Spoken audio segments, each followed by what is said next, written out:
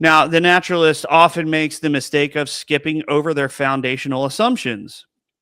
These arguments don't work because they don't explain at all the origin of information. Like I just said, the precondition of information require the mind of God. When a naturalist argues for evolutionary processes or genetic algorithms, they are already assuming the existence of information.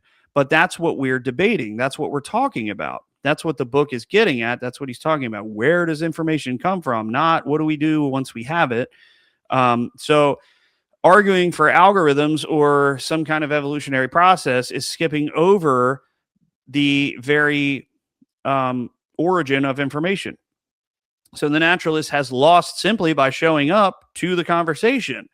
It also assumed underlying laws like logic, uniformity of nature, induction, mathematics, all of those things that we've talked about many, many times before on this channel.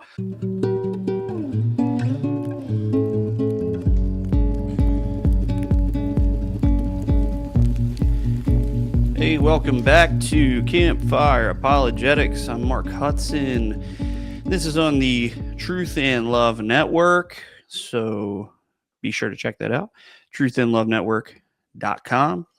Lots of really cool channels on there, good teachings, all of those things. So, go there. They have a YouTube channel, subscribe to that. And they also have all the people that are on that network linked within the, I think, YouTube channels, like homepage or whatever. So look there and subscribe to those guys. So, like I said, lots of good teachings on there.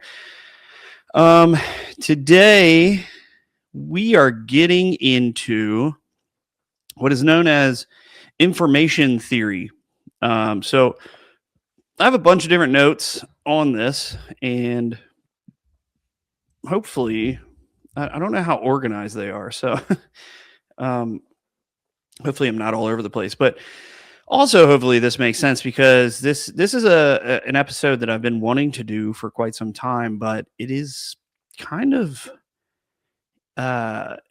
it's kind of challenging, to kind of put this all together. It's all based on this book by Dr. Werner Gitt, and it is called "In the Beginning Was Information." So, I would recommend it. It's a good book. I haven't gotten through all of it, most of it though. It's pretty academic, so it gets a bit wordy and a bit hard to understand at certain times. So I had to, there were definitely times I had to, take a snippet of a paragraph or something, or take a picture of a whole page and like put it into ChatGPT and tell it to break it down for me, break down some of the thoughts in a bit of an easier to understand way. So, but there's lots of really good stuff in there. So I first heard about it through Dr. Jason Lisle. He talked about this book. I can't remember what the lecture was or what the teaching was that he brought this up, but he brought up Dr. Werner Gitt, and this book, "In the Beginning Was Information," which I think I have behind me. Yes. Right here. This one. "In the Beginning Was Information." Dr. Werner Gitt talks about the origin of life from the viewpoint of information science. Talks about what is information, the origin of information, laws of nature about information, languages and communication, all of these things. So it gets, like I said, it gets pretty into the weeds, but pretty awesome stuff. And again, I plan on kind of going back to this and, making my way through all of it. I might honestly just kind of start from the beginning again and just work through it eventually. But at the moment, I am busy. Let me put this back here. At the moment, I'm pretty busy with doing my seminary stuff, I'm almost done my first class, which is Introduction to the Pentateuch. And so I've had to do a lot of reading with that, the Bible, and a textbook that they gave me. And I also had an essay I had to write and another paper that I have to write coming up. I have to write what is it? It's like a 12-page exegetical paper on Exodus 12, I believe.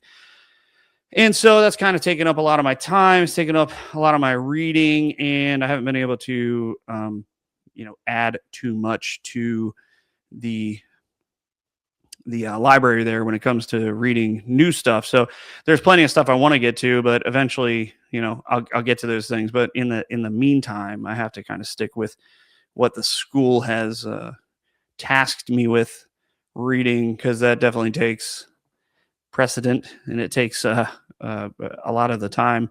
And I also don't want to start reading a bunch of other stuff and then blending it all together and mixing information.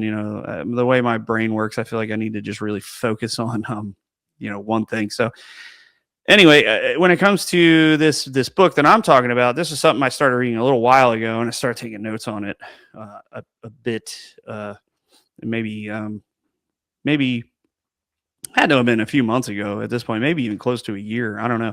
But I will do my best to explain the ideas that I have pulled myself, out of this book. And so, bear with me, and I'll break these things down the best I can. And, but I do think that the information in the book about information is really awesome. It's really compelling, and kind of offers a more of a transcendental viewpoint or argument toward God and how information needs God, how God is required for us to have information, right? So first, you have to define terms. We have to break down these things. What is information? Now, you're probably thinking that's an odd question. It's probably not something you've really thought about. At least I know I didn't until I was presented with the things in this book.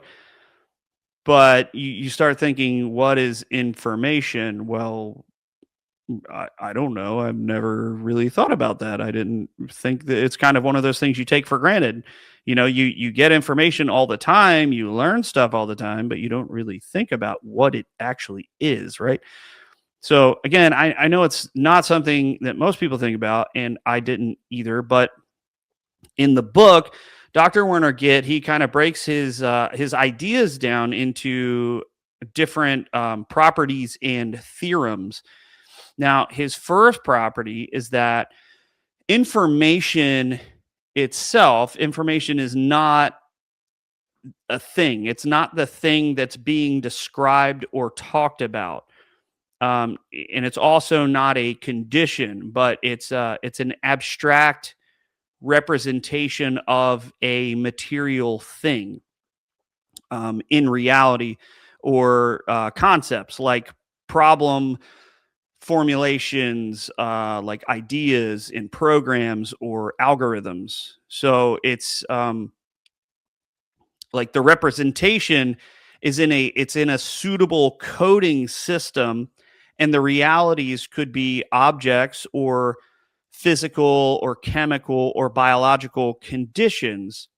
But the thing being represented or talked about is usually not present at the time and place of the delivery of information for the thing that is being talked about or described. So hopefully that wasn't too, as I get into this, that might make more sense. So I think in easier to understand terms, information is not actually a thing. It's not a physical thing, right? It's a description or a representation of something. It can be a physical object, or it can be a representation of something like weather or abstract ideas or concepts like math formulas. So The information is written or stored in a particular format, like a code, a language, or even symbols, hieroglyphs, things like that. The thing that the information is about is typically not there at the time that you are learning about the particular thing. You can't see or measure the original thing being represented. So, for example, a recipe. A recipe is not food. It's information about how to make food. You can read the recipe, but you can't see or taste the food until you have made it. So that's kind of what we're saying here, is that the recipe is a representation of the thing that you're going to be making. So a recipe is a representation of the thing being talked about. The recipe talks about a certain thing, but that thing is not present yet because you haven't made it yet. So information always plays a substitutionary role. It stands in for something else. Your brain creates this stand-in by interpreting or encoding reality. So in other words, when you create or use information, you are mentally turning something real or an idea into a symbolic version of it. So a good example of this would be like a map, like a road map. So the map itself is not land. It's not the land itself. It's a substitute we use to think about the land. So your brain interprets the symbols on the map to understand roads and mountains, different types of terrain, buildings, whatever, the overall big picture. So why is this important? Well, because it's clear from these properties that information can't be a property of matter. It's always an intellectual construct or brought about by the mind. An intelligent sender who can encode reality is required. So an intelligent mind is required to send information, but it's also required to receive the information as well. So let's try to break it down a little further. So information represents reality. It can be an object or idea or weather condition, whatever, etc., right? But it is not in and of itself the reality being talked about. So the information about an object is not the object, or information about the weather is not the weather. You can't touch, taste, smell information. It's not a physical object or condition like heat or pressure or something like that. It's an abstract representation of something that is real, like a plan or message or set of instructions, things like those things like we talked about, maps or recipes. So again, a recipe for a cake is not the cake itself. The recipe is a set of instructions to make a cake. Something like a recipe is in a code that is understandable to the one that is reading the recipe or receiving the information. The code in this case would be everyday writing in whatever language the person can read and understand. I speak and read English, so I'm not going to try and follow a recipe for a cake written in German. The thing being represented in this instance, the cake, does not need to be in the kitchen with me in order to read the recipe and make the cake. If it were already there, I wouldn't need the recipe. I can read the recipe for the cake without the cake, right? So information does not randomly arise from random physical or chemical processes. I often focus on this point when speaking of a naturalistic worldview, not being able to give a foundation for knowledge, or in this case, information. So random chemical reactions in the brain cannot produce anything meaningful or ordered. In order for the information to have meaning, there must be a mind behind the information to assign meaning to it. For instance, a book requires an author, a song requires a composer, a painting requires a painter, a house, a builder, and so on, right? So this does not appear randomly in nature. Laws of nature, like cause and effect, relativity, and others, exist regardless of if we know about them or understand them. We don't create the laws of nature, we discover them. So we don't create the laws of mathematics or the laws of induction, the laws of physics. We don't create any of those things, we discover them. They would exist regardless of if we ever discovered them or not. Once we discover them, we explain what these things are through information. We do this through everyday writing in various formulas. It requires a mind to be established. So, in order to have knowledge or information about anything, you would either have to be all knowing yourself or have a revelation from a mind that is all knowing and has all information, which brings us to that's the triune God of Scripture, right? He is the all knowing mind that allows us to have information and knowledge. So DNA, right? We can talk about DNA. That's always a big one when it comes to information. The natural storage medium for genetic information in the body is DNA.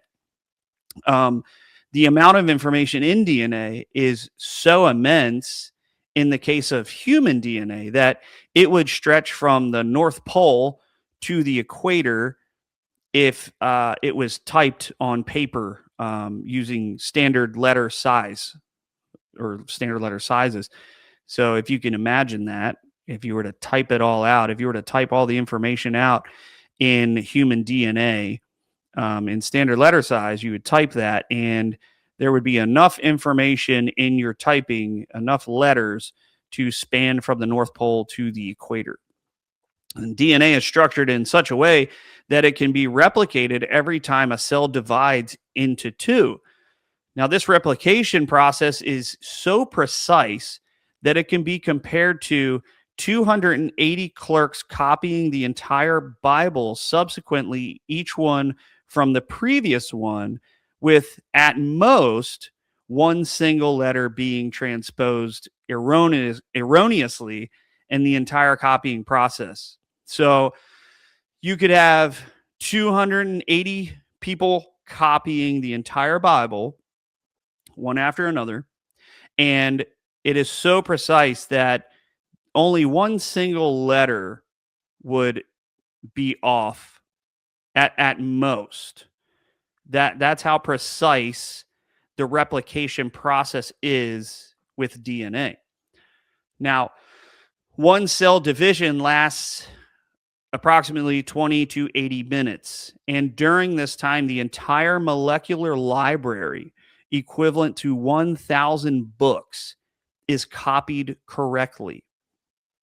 Information never originates by chance, but is always conceived purposely.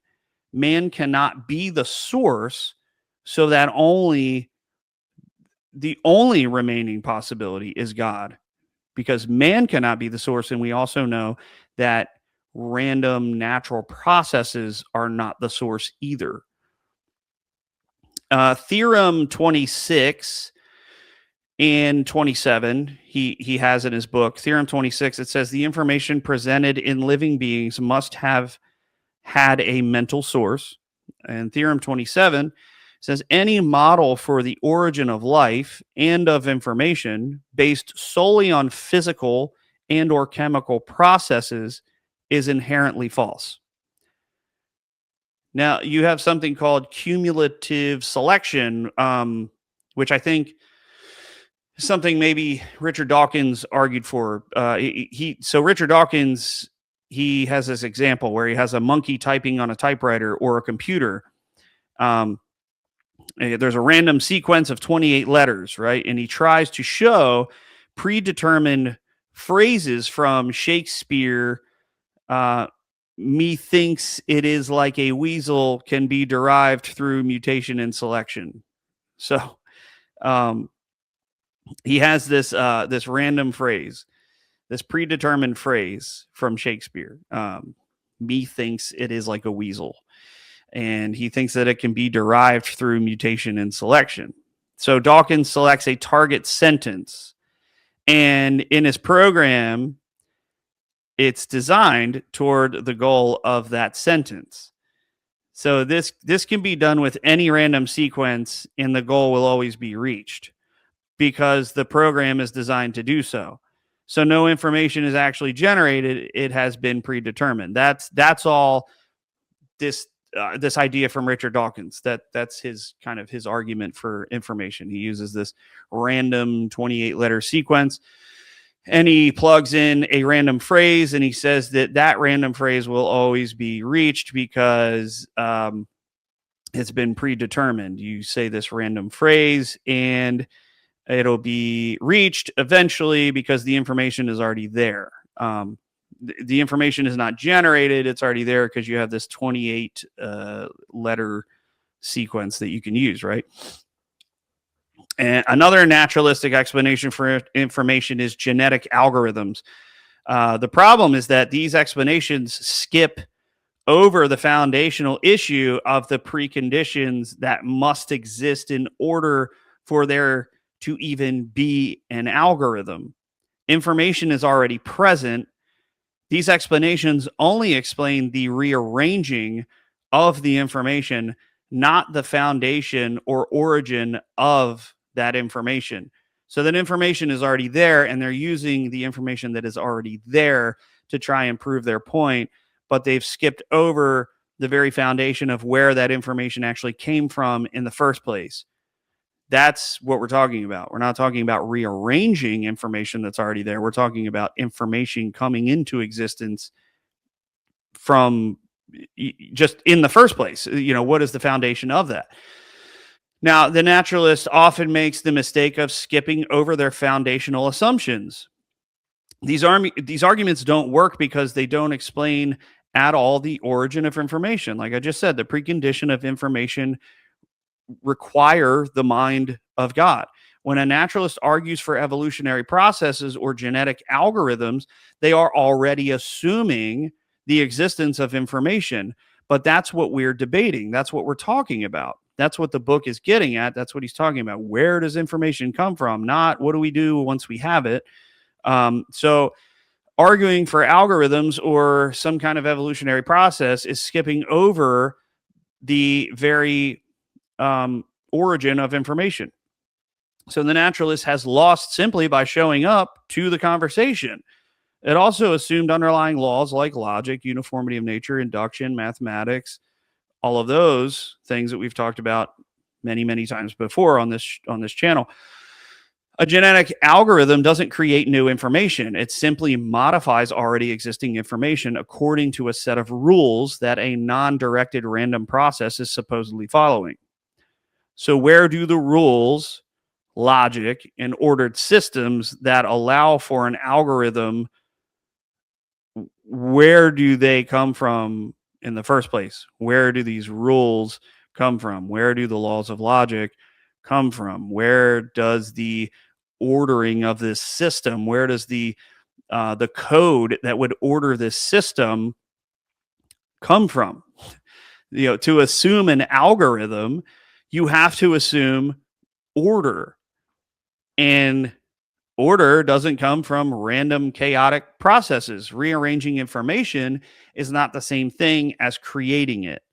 So if you give a computer a set of instructions like an algorithm, it can shuffle and modify and rearrange and optimize data, but it doesn't generate the foundational information that it's working with. It's already input into the system. It's already input into the computer. So naturalistic explanations start with information already present. DNA, laws of logic, mathematics, induction, all of those things. And then it describes how they rearrange over time. So again, we're skipping over the process. There's a naturalistic explanation, but that naturalistic explanation only can talk about and describe what happens with already present information, that it's rearranged in some way. But where did the information come from, right? So that's the point we're kind of driving home. It's like saying a word processor creates language, but a word processor just arranges words that were already invented by an intelligent mind. There are proposals for how the genetic code could have originated, but up till the present time, nobody has been able to propose anything better than purely imaginary models. It has never been shown empirically how information can arise from matter. It won't ever happen because you need a mind. Theorem 28 in the book says there is no known law of nature, no known process, and no known sequence of events which can cause information to originate by itself in matter. Klaus Dose or Dose, or I'm not exactly sure how you say his name. It's spelled D-O-S-E, so it kind of looks like it would be Dose, but Klaus Dose again. At the International Society for the Study of the Origin of Life in Mainz, Germany, he wrote, a further puzzle remains, namely the question of the origin of biological information, like the information residing in our genes today. The spontaneous formation of simple nucleotides or even polynucleotides, which were able to be replicated on the prebiotic Earth, should now be regarded as improbable in the light of the very many unsuccessful experiments in this regard. A naturalist can't justify or explain how information exists at all. You know, the triune God of Scripture provides the necessary preconditions for information, for intelligibility at all. That's what we mean by the preconditions of intelligibility: information, laws of logic, reason, mathematics, morality, induction, uniformity of nature. All of these things, they exist and they have meaning. What must exist for those things to exist? God is intelligent and personal, and he communicates and he creates with a purpose. We can see that in Genesis 1:1, that he's the creator of all things. In the beginning, God created the heavens and the earth. He created everything. Everything that we know, that we see, that we experience, God created it. John 1:1, in the beginning was the Word was with God, and the Word was God. Information reflects order and intentionality and logic, which all flow from God's very nature and his very character. 1 Corinthians 14:33, it says, for God is not a God of confusion, but a God of peace. And we can see all throughout Scripture that he is a God of order. He is the God of creation. He creates. We're made in his image, so we also create. We love to create. We make art. We write books. We whatever else, you know. I don't know. My mind's not working right now, but we create things. You know, we cook food. We make cakes with recipes, and we build cars, and we build skyscrapers and buildings and planes, and you know, all of that stuff. So you know, God's work, his work in creation, and mine, and his character, they're all orderly. They're not chaotic or arbitrary. Colossians 1:16 and 17. For by him all things were created, and in him all things hold together. That's talking about Jesus, by the way. That's Colossians. So side note, if you're a Jehovah's Witness and you're listening to that, all things were created, not all other things, as the NWT adds. It is the only English translation that says all other things. So I'd like to point that out, that it is all things were created, not all other things. The Greek does not read in a way for you to understand it saying all other things. So Jesus sustains every atom of the universe. He is the creator and the sustainer of all things. He sustains it all with his coherent purpose, his order and structure. As R.C. Sproul said, there is not a maverick molecule in the universe. And again, Genesis 1:1, God created the heavens and the earth. All things were created by God, not just some things, all things, physical or immaterial. Immaterial being those laws that we talked about, all of the laws, information, knowledge, all of those things. They um, they exist because God exists. They exist because they're part of God's nature, which has always existed. So those laws are like an extension of God's nature. Psalm 33, 6-9. Creation is reliable and predictable. And it's because creation reflects divine command and purposeful and specific design. That's not what Psalm 33, 6-9. That those aren't the actual words of Psalm 33, 6-9. Those are just thoughts that I had based on that text. And so, it's, you go to even places like 1 Peter 3:15, like the poster child verse, right? For apologetics, always be prepared to make a defense, and apologia to anyone who asks you for the reason that or for the hope that is in you. So Christianity invites rational thinking and discourse because it reflects the rationality of God's character, and because God's revelation is logical. He's the God of logic. He's the God of information. He's the God of all of those laws, the preconditions, all of those things we've talked about. The existence of information in DNA and algorithms in human communication is only meaningful if we presuppose a rational creator. And the only worldview where a rational creator can be found and understood is the Christian worldview. So the naturalist has a big problem in regards to information in general. I don't want to know how information is rearranged. I want to know how it got there in the first place. And their worldview can't answer that question. Then, so the Christian one can, but the naturalist is borrowing capital from the Christian worldview. We say this all the time. They're borrowing from the Christian worldview to argue against it in most cases. Information and other preconditions of intelligibility only make sense and have meaning in a Christian worldview.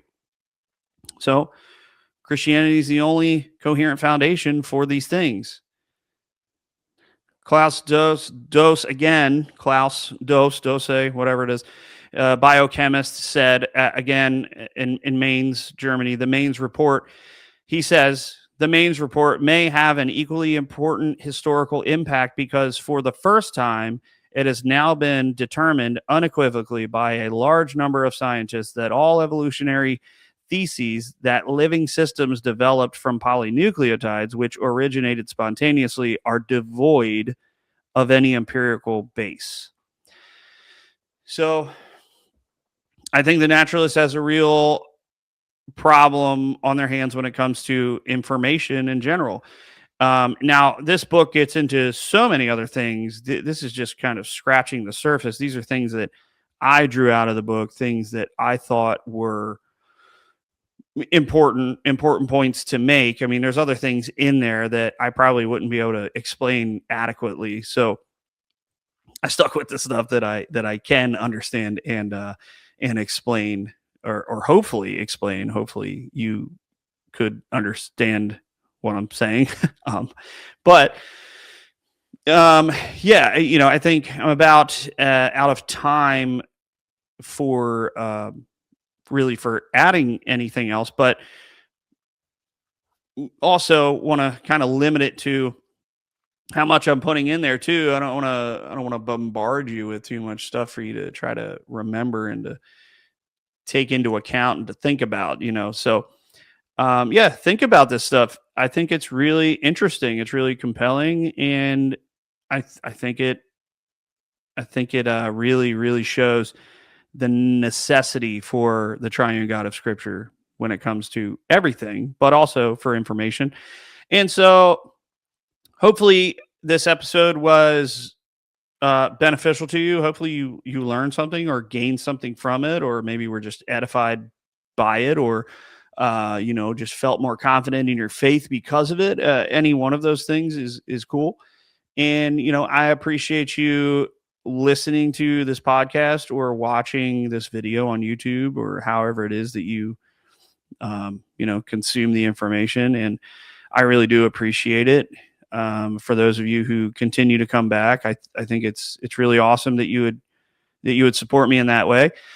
And I hope to keep this going and to be able to come up with more topics for discussion. Maybe we'll get more into theology and some things, because I'm learning some cool things through seminary, and maybe I'll do some episodes on some theology. I don't know.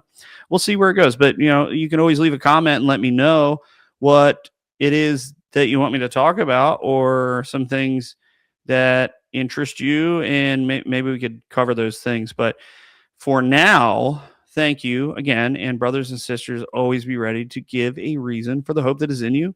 Do that lovingly, with gentleness and respect. And thank you again. I will see you next time.